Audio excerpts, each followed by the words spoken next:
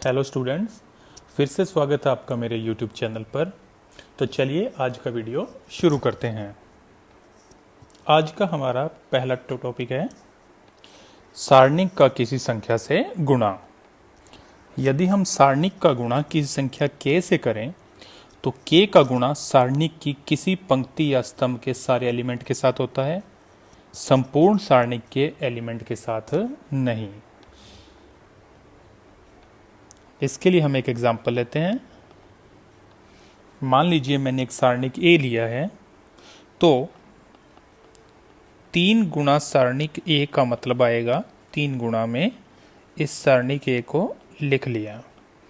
अब इस 3 का गुणा सारे एलिमेंट के साथ ना होकर किसी पंक्ति या किसी स्तंभ के साथ ही होगा। जैसे अगर मैं इसका गुणा तो ये जो पहला स्तंभ है इसके एलिमेंट के साथ करूं तो इसका उत्तर बनेगा 6 - 9, बाकी दूसरा स्तंभ एज इट इज। इसी प्रकार अगर ये गुणा दूसरे स्तंभ के साथ हो तो ये सारणिक बनेगी 2 - 3, 15 और 21 से बनी हुई। और यदि ये गुणा पहले पंक्ति के साथ हो तो ये सारणिक बनेगी 6, 15 - 3 और 7 से बनी हुई। और अगर यह गुणा दूसरी पंक्ति के साथ हो तो ये सारणिक बनेगी 2, 5 - 9 और 21 से बनी हुई। तो इस प्रकार किसी संख्या से गुणा करते समय किसी भी पंक्ति या किसी भी स्तंभ के साथ गुणा किया जाता है, ना कि पूरी सारणिक के साथ। अगर इसका उल्टा चलें तो उभयनिष्ठ अगर हमें सारणिक में से लेना होगा तो वो केवल एक पंक्ति या किसी एक स्तंभ से ही लिया जाएगा, ना कि संपूर्ण सारणिक से। फॉर एग्जाम्पल, इस सारणिक की जो पहली पंक्ति है उसमें से, इस पंक्ति की बात कर रहा हूं, इसमें से कॉमन आ सकता है 5। तो इसको आगे हम लिख सकते हैं 5 कॉमन लेने के बाद 3, 2, 2 और 11।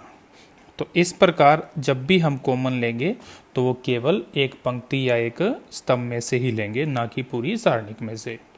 अब ज़्यादातर जो मिस्टेक होती है वो मैट्रिक्स और सारणिक की वजह से होती है, क्योंकि मैट्रिक्स में हम जब भी गुणा करते हैं किसी संख्या का तो सारे जो एलिमेंट हैं उनके साथ करते हैं, जबकि सारणिक में ऐसा नहीं होता। इसी प्रकार जब मैट्रिक्स में से उभयनिष्ठ लिया जाता है तो सारे एलिमेंट से लिया जाता है, जबकि सारणिक में किसी पंक्ति या किसी स्तंभ से ही लिया जाता है। तो यहाँ पर एक स्पेशल नोट है। इस प्रकार मैट्रिक्स और सारणिक में एक अंतर ये भी होता है। हमारा नेक्स्ट टॉपिक है 2 सारणिकों का गुणनफल। 2 सारणिकों का गुणनफल मैट्रिक्स की तरह ही किया जा सकता है, अर्थात पंक्ति गुणा स्तंभ विधि से। हम लोग सारणिक का गुणनफल भी मैट्रिक्स की विधि से ही करने वाले हैं। फॉर एग्जाम्पल, मेरे पास हैं 2 सारणिक जिनका मैं गुणा करने वाला हूँ पंक्ति गुणा स्तंभ विधि से। तो पहली पंक्ति और पहले स्तंभ का गुणा किया तो मेरे पास आएगा 4 + 15। पहली पंक्ति दूसरे स्तंभ का गुणा 2 + 0, दूसरी पंक्ति पहले स्तंभ का गुणा -6 + 21, और दूसरी पंक्ति और दूसरे स्तंभ का गुणा -3 + 0, जिसके उत्तर बनेगा 19, 2, 15 और -3 से बना हुआ सारणिक। अब इसका वेरिफिकेशन हम कर लेते हैं साथ साथ। हमने जो यहाँ पर 2 सारणिक लिए हैं इनके मान कुछ इस प्रकार आएंगे। पहले सारणिक का मान आएगा 14 + 15, और इसी प्रकार दूसरे सारणिक का मान आएगा 0 - 3, जिसका उत्तर लास्ट में आ जाएगा -87। और हमने जो अंत में सारणिक 2 सारणिक का गुणा करके जो सारणिक ज्ञात किया है, अगर मैं उसका उत्तर भी इसी विधि से ज्ञात करूं तो आएगा 19 का -3 से गुणा -57, और -15 का 2 से गुणा 30, यानी ओवरऑल इसका उत्तर भी आएगा -87। इस प्रकार 2 सारणिकों का गुणनफल मैट्रिक्स की तरह ही किया जा सकता है। लेकिन सारणिक गुणन में पंक्ति गुणा स्तंभ की बजाय पंक्ति गुणा पंक्ति का भी प्रयोग किया जा सकता है। देखिए कैसे। फॉर एग्जाम्पल, मैंने जो पहले एग्जाम्पल लिया था बिल्कुल वही एग्जाम्पल ले रहा हूँ। अब मैं पहली पंक्तियाँ गुणा पहली पंक्ति से ही करूँगा, तो आ जाएगा 4 + 5। अब पहली पंक्ति और दूसरी पंक्तियाँ गुणा किया तो मेरे पास आ जाएगा 6 + 0। दूसरी पंक्ति और पहली पंक्ति का गुणा किया तो मेरे पास आएगा -6 + 7। और दूसरी पंक्ति और दूसरी पंक्ति का गुणा किया तो मेरे पास आ जाएगा -9 + 0। इस आधार पर इन सारणी का मान 9, 6, 1 और -9 एलिमेंट के साथ आएगा, जिसको हल करें तो पूर्व की भांति ही वेरिफिकेशन से इसका उत्तर आएगा -81 - 6 यानी -87। तो इस प्रकार मैट्रिक्स से थोड़ा सा भिन्न इसमें यह हो सकता है कि जहां हम मैट्रिक्स में पंक्ति गुणा स्तंभ का उपयोग करते हैं, यहां पर हम पंक्ति गुणा पंक्ति से भी उत्तर ज्ञात कर सकते हैं। एक आखिर में दो भिन्न कोटि की सारणिकों का गुणनफल भी संभव है, लेकिन हम जानते हैं मैट्रिक्स में पहली मैट्रिक्स की स्तंभों की संख्या और दूसरी मैट्रिक्स की पंक्तियों की संख्या समान होने पर ही गुणनफल संभव होता है। लेकिन सारणिकों में ऐसा भी संभव है कि उनकी कोटियां समान ना हो तो भी गुणा हो सकता है। देखिए कैसे। फॉर एग्जाम्पल, इसमें एक सारणी की कोटि है 2 × 2 और एक सारणी की कोटि है 3 × 3। लेकिन हम पहली सारणी को भी 3 × 3 में चेंज करेंगे। देखिए कैसे। इसमें लिखा 1 0 0 एक पंक्ति और एक स्तंभ में फिर से लिखा 1 0 0 और जो पूर्व में सारणी दी गई है उसके एलिमेंट को बचे हुए स्थान पर लिख दिया। इस आधार पर ये 3 × 3 में चेंज हो जाएगी और दूसरी सारणी को हम लोग एज इट इज लिख देंगे। हालांकि इससे उत्तर में कोई फर्क नहीं पड़ेगा। अगर आप पहली सारणी का मान ज्ञात करेंगे तो वो पूर्व की भांति ही आएगा।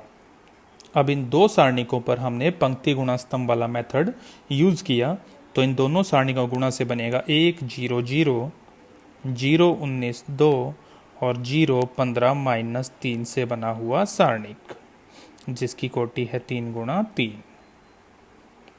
अगर हम इसको वेरीफाई करना चाहें तो देखिए, शुरुआत में ली गई पहली दो सारणिक के मान आएंगे 29 और -3, जिनका गुणनफल हमें मिलेगा -87।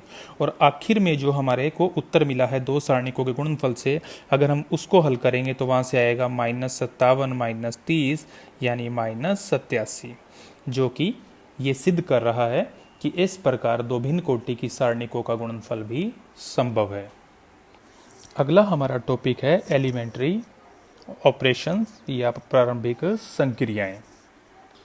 इसका मतलब है सारणिक गुणधर्म में कुछ संकेतों का उपयोग किया जाता है जिसकी जानकारी निम्न प्रकार है, जिसमें से पहला संकेत कुछ यूं है, RI RJ और दोनों साइड एरो लगा हुआ। इसका मतलब है RI इंटरचेंजिंग RJ, यानी कि IV पंक्ति को JV पंक्ति से इंटरचेंज किया गया है। ठीक इसी प्रकार है CI इंटरचेंजिंग CJ, जिसका मतलब होगा IV स्तंभ और JV स्तंभ को परस्पर इंटरचेंज किया गया है। इसी क्रम में अगला संकेत है RI changing to K × RI। इसमें एक साइड एरो लगाया हुआ है, इसका मतलब है IV पंक्ति के साथ K का गुणा किया गया। और ठीक इसी के जैसा है CI चेंजिंग टू KCI, यानी IV स्तंभ के साथ K का गुणा किया गया। अगला संकेत है RI changing to RI + K RJ, जिसका मतलब है कि JV पंक्ति के साथ K का गुणा करके उसके एलिमेंट को IV पंक्ति में जोड़ा गया। ठीक इसी के जैसा है CI में चेंज किया गया CI + KCJ। इसका मतलब JV स्तंभ में K का गुणा करके उसको IV स्तंभ में जोड़ा गया और इस पूरे मान को IV स्तंभ के स्थान पर लिखा गया। इसके बाद वाला संकेत है आर आई को बदल कर लिखा गया are I plus R J, जिसका मतलब है आईवी पंक्ति में जेवी पंक्ति का योग किया और उसको आईवी पंक्ति के स्थान पर लिखा गया।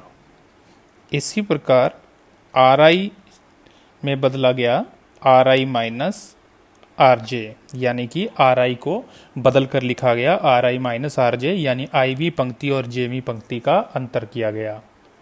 इसी प्रकार सी आई में चेंज सी आई प्लस सी जे और सी आई में चेंज सी आई माइनस सी जे के मतलब बनेंगे कि आईवी पंक्ति में आईवें स्तंभ में जेवें स्तंभ को जोड़ा गया और आईवें स्तंभ में से जेवें स्तंभ को घटाया गया। लेकिन ये संक्रियाएं केवल दो पंक्तियों या दो स्तंभों पर ही नहीं, दो से अधिक पंक्ति या स्तंभों पर भी लागू हो सकती हैं। अब हमने जो संक्रियाएं सीखी हैं उस आधार पर सारणिकों के मान में क्या फ़र्क पड़ता है, क्या फ़र्क नहीं पड़ता है, उसे हम एग्ज़ाम के पॉइंट ऑफ व्यू से एक मोस्ट इम्पॉर्टेंट टॉपिक में समझने वाले हैं, जो है सारणिक के गुणधर्म। इन गुणधर्मों के आधार पर कई बार सारणिक का मान बिना प्रसार के ही ज्ञात हो जाता है एवं सिद्ध करने वाले प्रश्नों में बहुधा इनका प्रयोग किया जाता है। इन गुणधर्मों को हम छोटे छोटे उदाहरण लेकर सिद्ध करने वाले हैं। देखिए, पहला गुणधर्म है, यदि सारणिक में पंक्तियों को स्तंभों में या स्तंभों को पंक्तियों में बदल दिया जाए तो सारणिक के मान में कोई परिवर्तन नहीं होता। अर्थात चाहे ए का सारणिक लिया जाए या ए टी का सारणिक लिया जाए, इससे कोई फर्क नहीं पड़ता। ये आखिर में जो लिखा है ये इस बात का है संकेत कि सारणिक में पंक्तियों और स्तंभों को परस्पर बदलने पर भी सारणिक के मान में कोई परिवर्तन नहीं होता। फॉर एग्जाम्पल, हमने एक सारणिक ए लिखा जो है 2, 5, 4 और 11 से बना हुआ, जिसका मान आएगा 22 माइनस 20 यानी कि 2।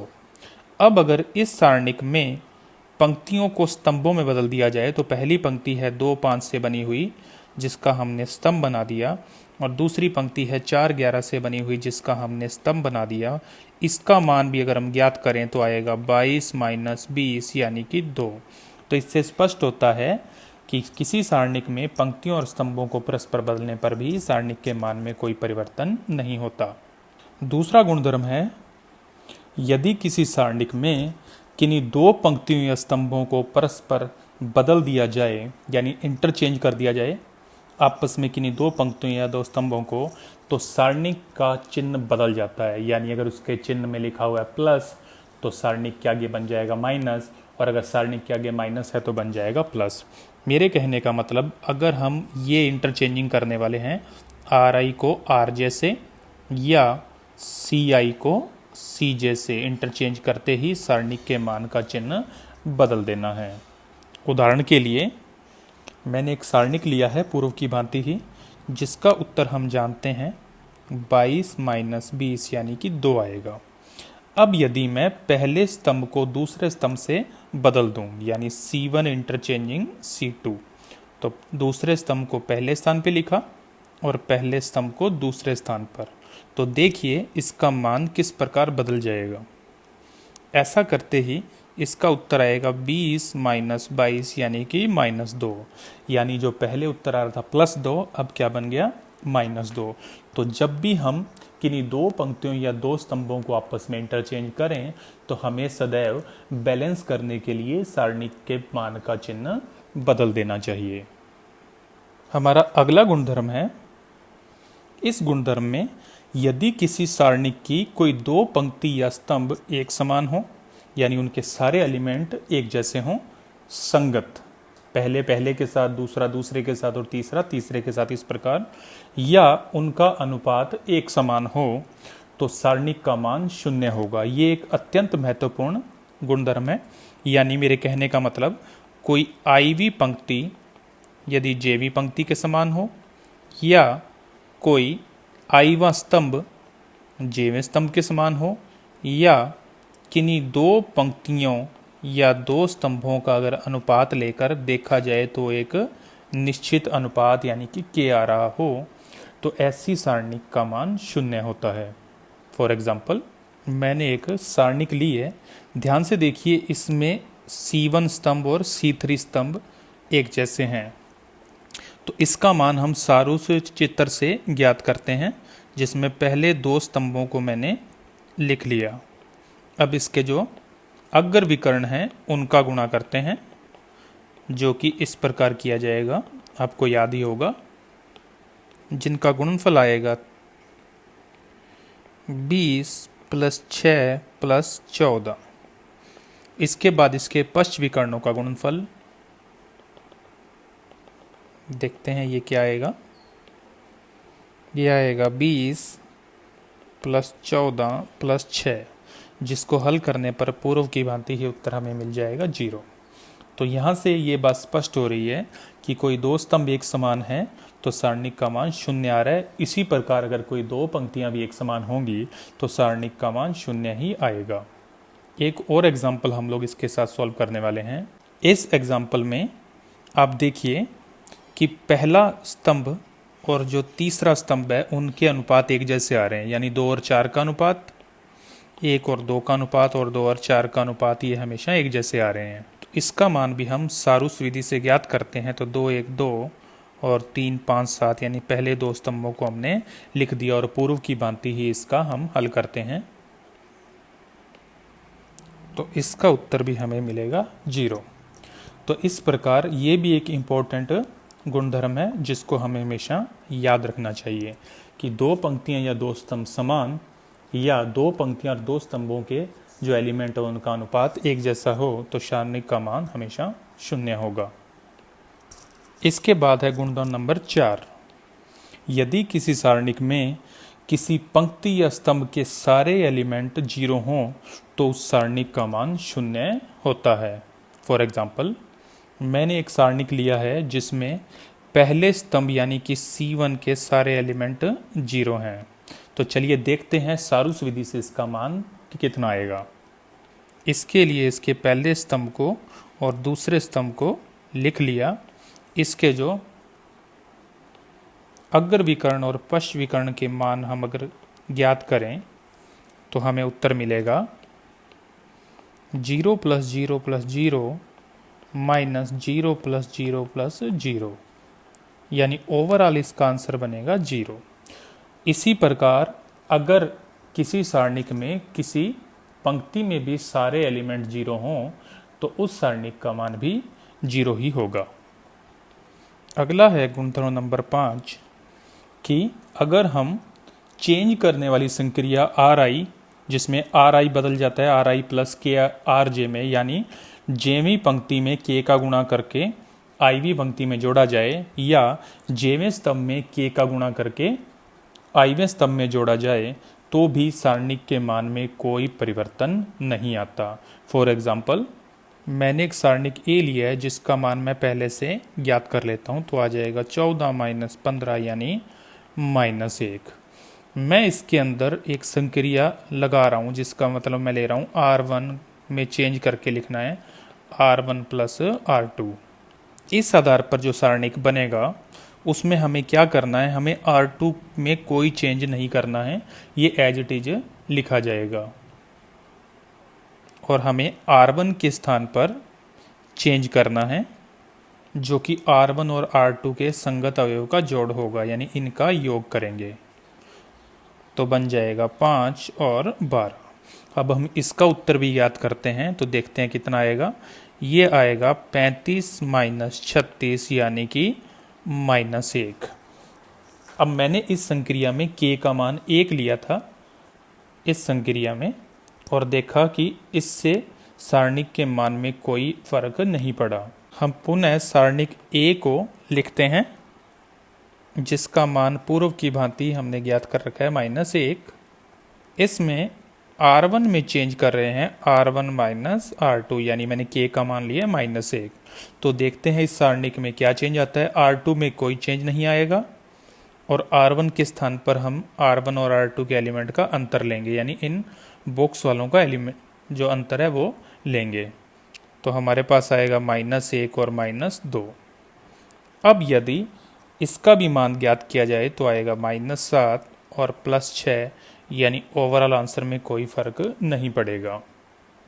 फिर से हम इसी सारणिक ए का इस्तेमाल कर रहे हैं और इस बार हम लोग R1 में चेंज कर रहे हैं R1 + 2R2।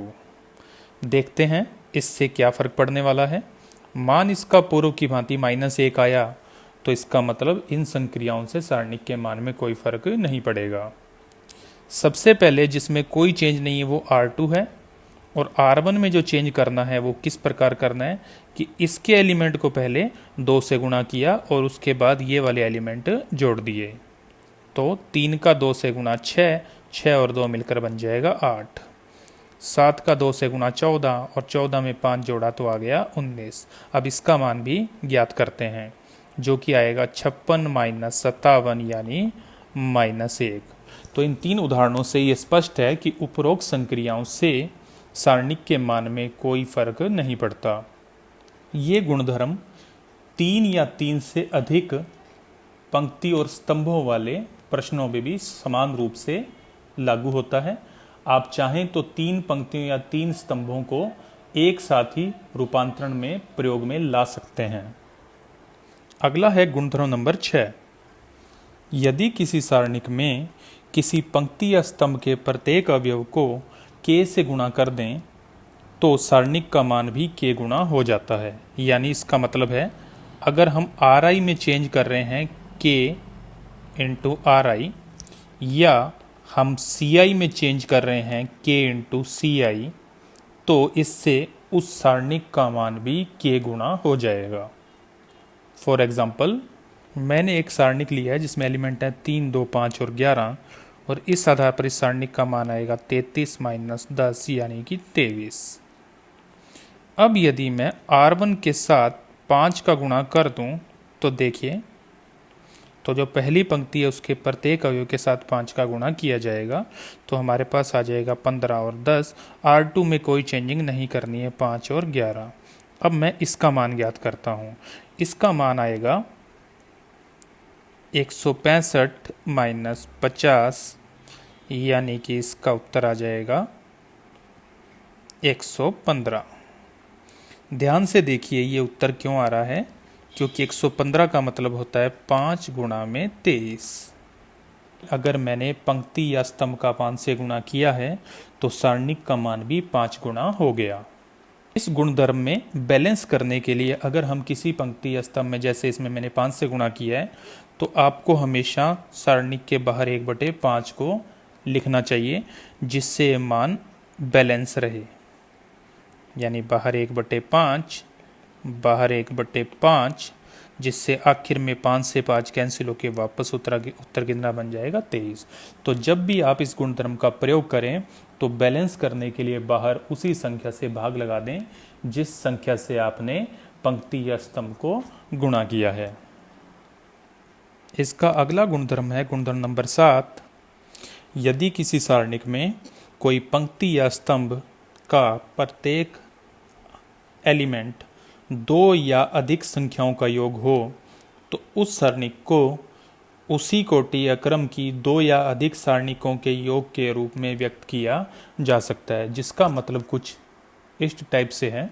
माना मेरे पास एक सारणिक है जिसमें आप ध्यान से देखिए कि पहली जो पंक्ति है उसमें 2 एलिमेंट का योग है, तो इसको आगे 2 सारणिकों के योग के रूप में व्यक्त किया जा सकता है। वो कैसे होगा? आपने करना क्या है ऐसे कि आपने 2 सारणिक लिखनी है इसी कोटि की जो पहले है, यानी इसकी कोटि 3 गुणा 3 है, तो इन 2 सारणिकों की कोटि भी 3 गुणा 3 आएगी।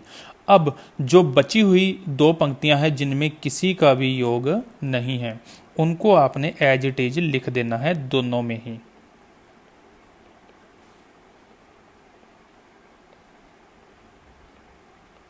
और बाकी जो इसकी पहली पंक्ति बची है उसके अंदर जो पहले एलिमेंट है वो है ए, बी और सी, उसको आप पहली सारणिक में लिख दीजिए। बाकी बचा एक्स, वाई और जेड, उसको आप दूसरे सारणिक में लिख दीजिए। इस गुणधर्म का मतलब ये है।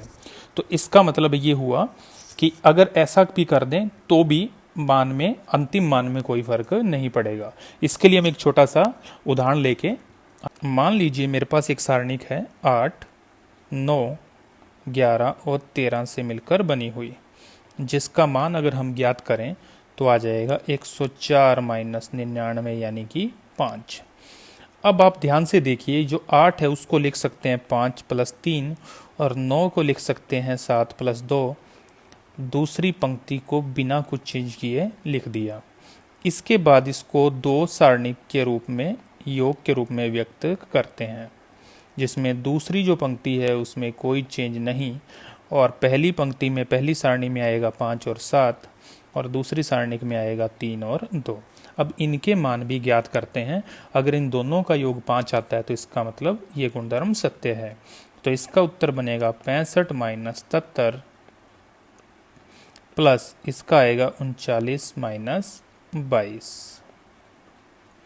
इस आधार पर यहाँ पर आएगा -12 और यहाँ पर आ जाएगा प्लस का 17। ओवरऑल आंसर बन जाएगा 5। तो इस प्रकार आपने देखा कि यदि किसी सारणिक में कोई पंक्ति या स्तंभ में प्रत्येक अवयव जो है वो 2 या 2 से अधिक संख्याओं का योग हो तो उस सारणिक को उसी क्रम की 2 या अधिक सारणिकों के योग के रूप में व्यक्त किया जा सकता है। इस गुणधर्म का प्रयोग 1 या 2 क्वेश्चनों में किया जाएगा। अब आखिर में इसके क्वेश्चन करने के लिए कुछ बातें आपको याद रखनी है, जिसमें से पहली बात है बैलेंसिंग वाली। इससे मेरा मतलब क्या है कि यदि RI और RJ को इंटरचेंज करें या CI और CJ को इंटरचेंज करें तो बैलेंस करने के लिए सारणिक का चिन्ह जरूर बदलें। और यदि आप RI में चेंजिंग कर रहे हैं K × RI यानी पंक्ति के साथ K का गुणा, या CI में चेंजिंग कर रहे हैं K CI यानी आप स्तंभ में बदलाव कर रहे हैं K से गुणा करके, तो सारणिक के आगे आपको 1/K से गुणा अवश्य करना है। दूसरा कि किसी भी प्रश्न में पंक्ति या स्तंभ दोनों प्रकार के रूपांतरणों का प्रयोग किया जा सकता है। यानी इसमें कोई दिक्कत नहीं है कि आप सिर्फ पंक्ति वाले रूपांतरण लगाएं या सिर्फ स्तंभ वाले रूपांतरण लगाएं। आप पंक्ति और स्तंभ दोनों रूपांतरण का प्रयोग समान रूप से कर सकते हैं। और आखिरी पॉइंट कि एक बार में केवल एक ही रूपांतरण का प्रयोग करें, इससे गलती होने की संभावना न्यूनतम हो जाएगी। आज के वीडियो में इतना ही। मिलते हैं अगले वीडियो के साथ बहुत जल्द ही।